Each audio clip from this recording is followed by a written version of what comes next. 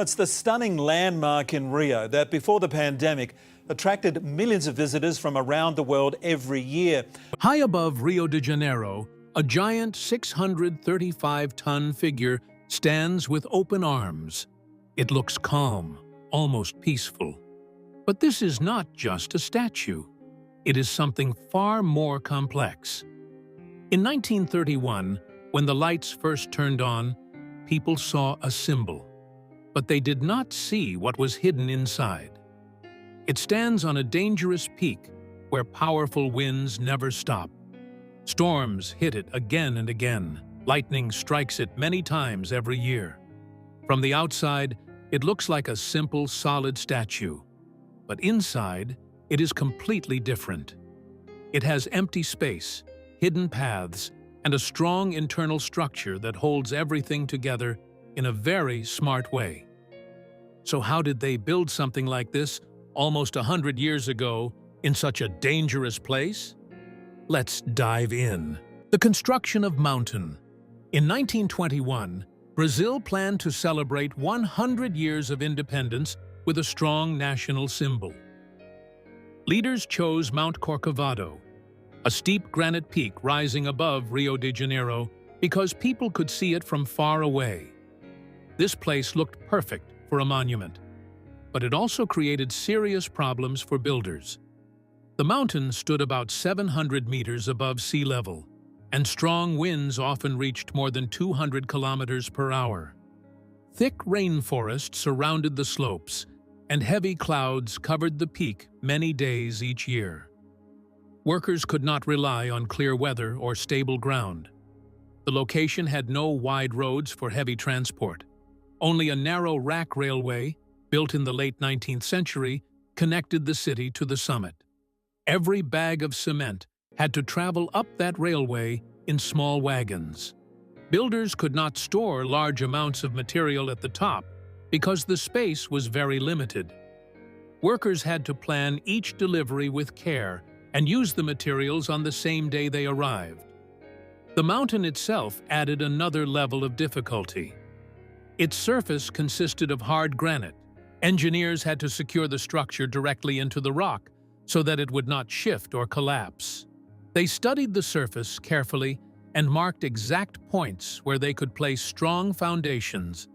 Even a small mistake in these early steps could cause serious problems later during construction. Strong winds pushed against workers and tools, and sudden rain made surfaces slippery, reducing visibility and making it hard to see even a few meters ahead. Workers had to move carefully on narrow scaffolding without modern safety equipment.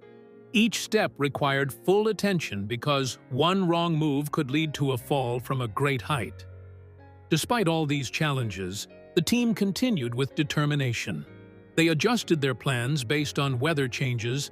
They created a system where every task depended on the next one, so no time or material went to waste.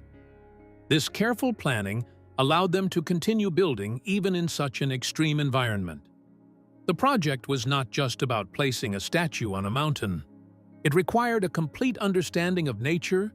Builders had to respect the power of wind, rain, and height, while still moving forward with precision. They needed strong coordination between the city below and the workers above. Every part of the process depended on clear communication and strict discipline. This mountain did not offer comfort or safety. It tested every decision. The builders accepted these risks because they believed in the importance of the project. They turned a difficult location into the foundation of something that would stand for generations. But this challenging beginning soon led to a major problem with the design itself. The rejected design. Engineer Heitor da Silva Costa led the project after winning the design competition.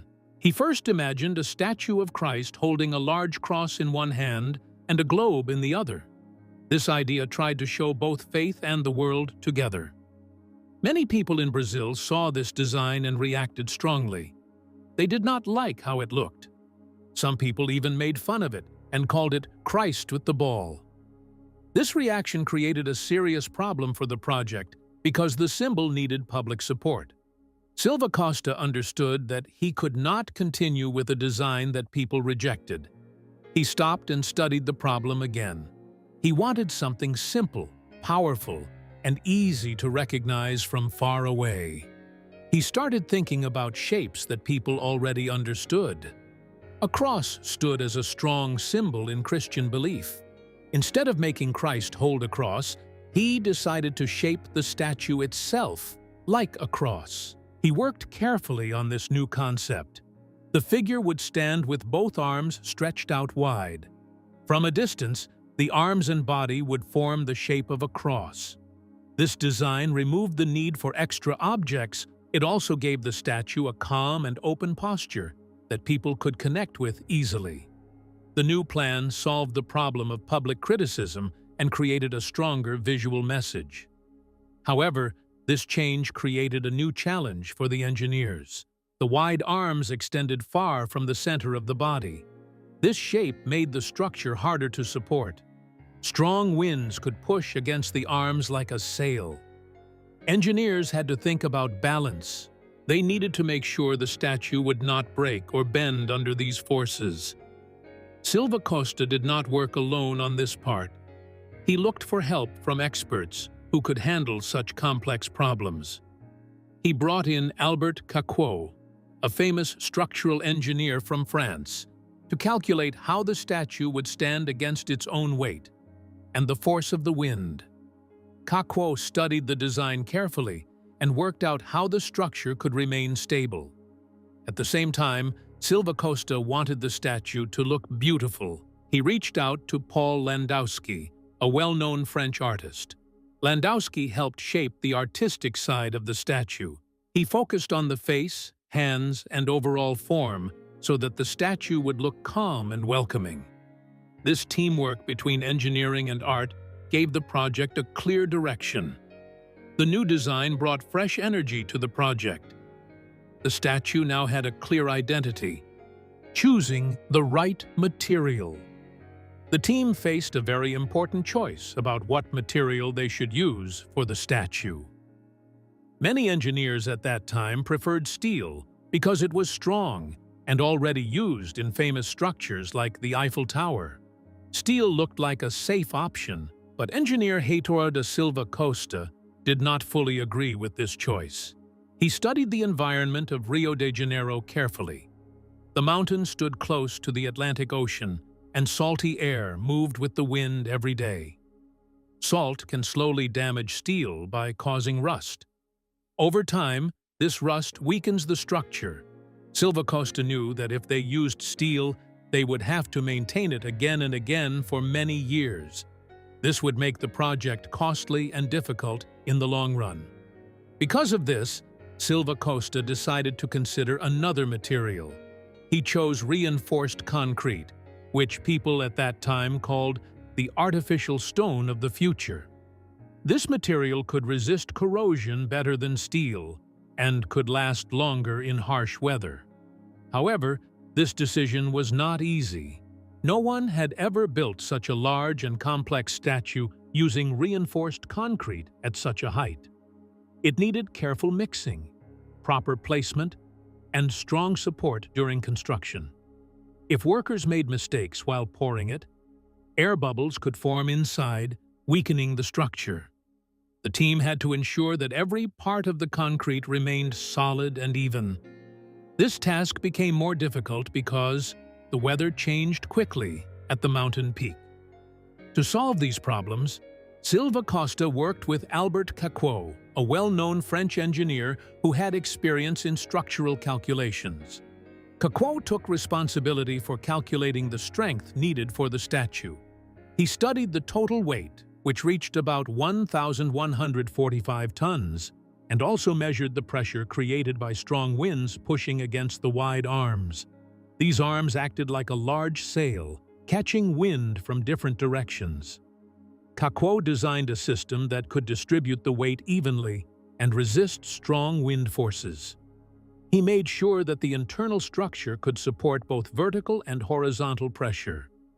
His calculations helped the team understand how thick the concrete should be and where extra support was needed.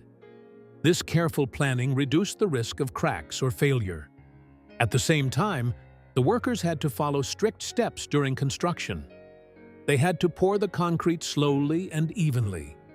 They could not rush the process because uneven pouring could weaken the entire structure. The changing weather made this task harder, but the team stayed focused and careful. It gave the statue the strength it needed to survive in such a harsh environment. It also allowed the team to shape the statue more freely. The material supported both the artistic design and the engineering demands. Choosing this material showed both courage and vision. The team accepted the risk and trusted their planning and skills. This decision became one of the most important steps in building the statue. Now the team had the design and the material, but they still needed a way to turn this idea into real pieces that could be assembled on the mountain.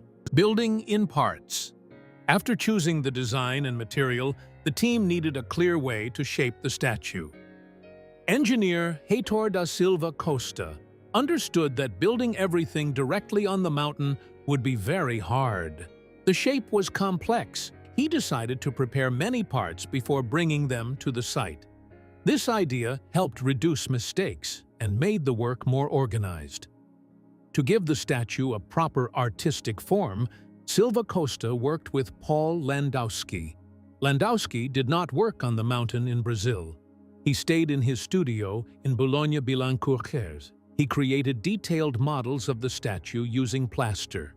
He focused mainly on the head and the hands. The size of these models was very large. The head measured about 3.75 meters in height, and each hand measured about 3.20 meters. These were not small models. They were full-scale parts, made to match the final size of the statue. Landowski shaped every detail so that the final structure would look calm and balanced. Once the models were ready, the team divided them into many smaller sections.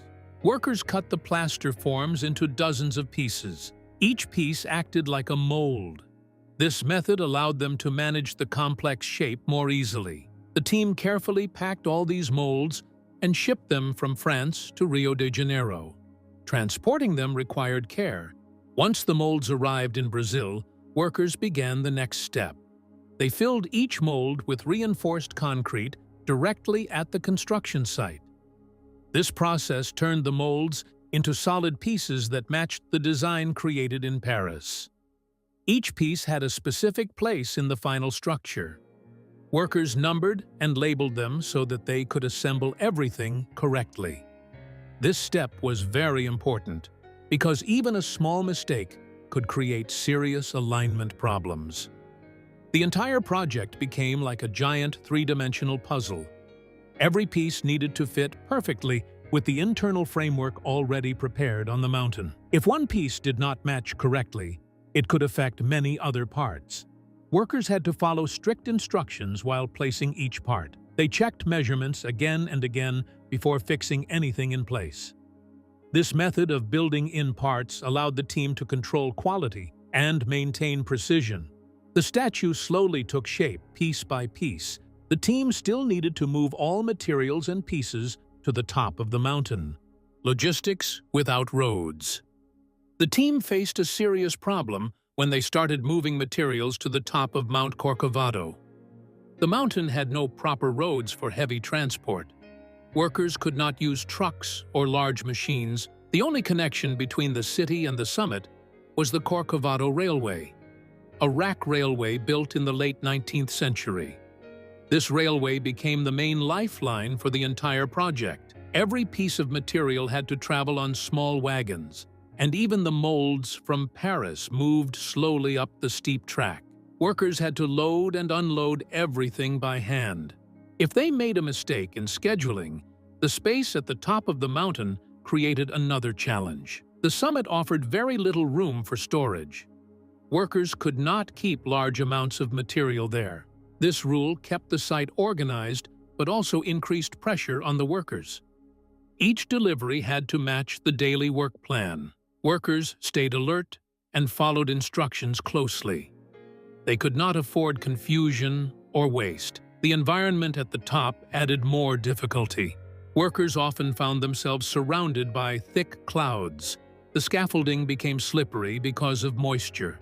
Strong winds also affected their balance and control. Workers had to secure everything tightly before starting their tasks.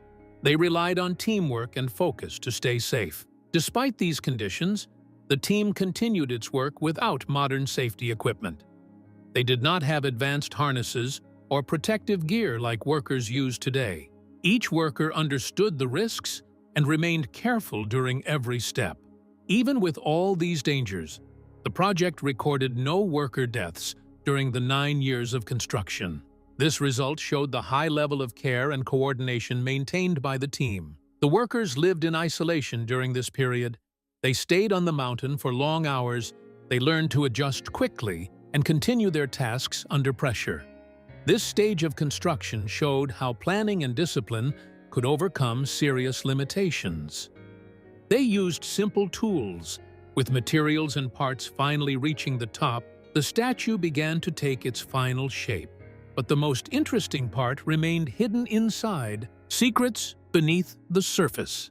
Many people think the statue is a solid block of stone, but that idea is not correct. Engineers designed it as a hollow structure, more like a tall building than a single mass.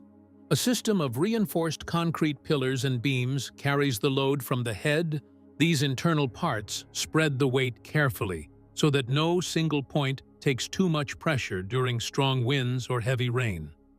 Workers built narrow corridors inside the statue. An internal metal staircase runs from the base, allowing access for inspection and repair, and only trained workers move through them, revealing a small detail that most visitors never see. Placed a heart-shaped form inside and outside the chest area, crafted with the same care as the visible surface. This hidden mark shows how much attention the team gave to every part of the project. The outer surface required special protection because the environment could damage exposed concrete. Engineers chose steatite, also called soapstone, from the quarries of Minas Gerais. This stone feels soft when workers cut it, but it becomes hard and resistant after exposure to weather, which helps protect the internal metal framework from humidity. Workers did not place large slabs on the surface. They cut the stone into about 6 million small triangular pieces, each about 3 centimeters wide. Thousands of women in Rio de Janeiro helped prepare these pieces, creating flexible panels that workers could carry up the mountain. This method allowed them to cover curved surfaces smoothly. When workers applied these panels to fresh cement, the statue received a thin but strong outer skin, giving the statue its unique appearance. Some women wrote the names of family members or personal messages on the back of the pieces before sending them to the site. Lightning presented another major challenge. The statue stands on a high peak, making it a frequent target during storms. Engineers designed a protection system that works like a Faraday cage. Metal parts inside the structure guide electrical charges safely down into the granite base. Lightning rods placed on the head and arms help control the path of the current. Despite this system, strong lightning strikes can still damage the outer surface. In 2014, a powerful strike destroyed part of the right thumb. They replaced the damaged sections using soapstone from the original quarry to keep the appearance consistent. This hidden design shows how the statue combines art. Each part works together to protect the structure and maintain its strength over time. The project stands as a complete example of how engineers and artists solved complex problems with simple but effective methods. This full journey from idea to structure brings us to the final meaning of the monument. On October 12, 1931, when the lights turned on for the first time, the world did not just see a statue. People saw something much bigger than art or engineering alone. Christ the Redeemer stood there as proof that humans can fight wind and still win. So next time you see Christ the Redeemer, you won't just see a statue. You'll see 9 years of risk, millions of stones, and a hidden structure constantly fighting wind, storms, and time itself. What part of this entire journey surprised you the most? Let us know your thoughts in the comments below. If you found this video fascinating, make sure you give it a thumbs up. Also, consider subscribing to the channel if you haven't already, because we'll be uploading more incredible stories like this one in the coming weeks. Until then, see ya.